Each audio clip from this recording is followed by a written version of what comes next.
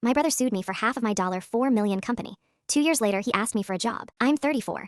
My brother Daniel is 38, and for most of my life, he was the one with the plan. He had the business degree. He had the LinkedIn photo taken in a rented conference room. At every holiday, our mother, Colleen, would ask him about the ventures, and then turn to me and ask if I was still doing the truck thing. The truck thing was a used cargo van and a set of tools. I fixed commercial kitchen equipment, walk-in coolers, fryers, dish machines. I got into it because I was 19 and broke, and a diner owner named Marisol let me shadow her repairman for free. By 26, I had 4 vans. By 30, I had 11. 2 techs on salary in a second city, and a contract with a hospital system. Daniel's version of that story was different. His version was that in 2016, at a barbecue, he had said, "You know what nobody does well?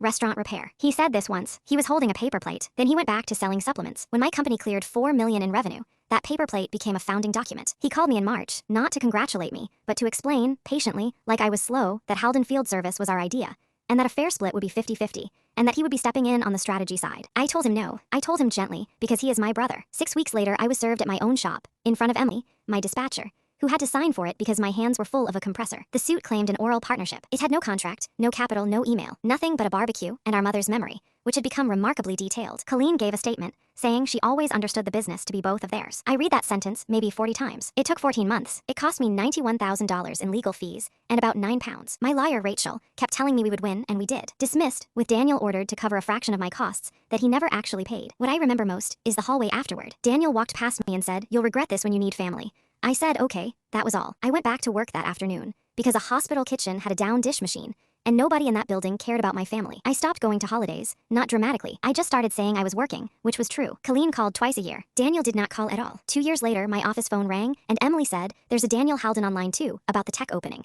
We were hiring. We had grown to 26 trucks across 3 states. The listing was entry-level, ride-along training, $39,000 to start. He did not know I would see the application. He assumed it went to a recruiter. It did. It just came back to me with everyone else's. His resume had a 2-year gap. The supplement company had folded. There was a line at the bottom, "Willing to relearn from the ground up." I sat with it for a long time. I did not call him. I did not send a message. I did not tell our mother. I passed it back to Emily with the same note I put on every file I don't advance. Not a fit for this role. That was it. That was the whole ending. 3 months later, Colleen called and said Daniel was doing warehouse work and had asked whether I had ever mentioned him. She wanted to know if there was anything I could do. I said I hoped he was well. I meant it mostly. There is a version of this where I get him in a room and read the lawsuit out loud. I thought about that version for 14 months. What I actually learned is that the loudest thing you can do is nothing at all. Keep the trucks running, keep the techs paid, and let the record stand exactly as it was written. He knows what he did. I never had to remind him.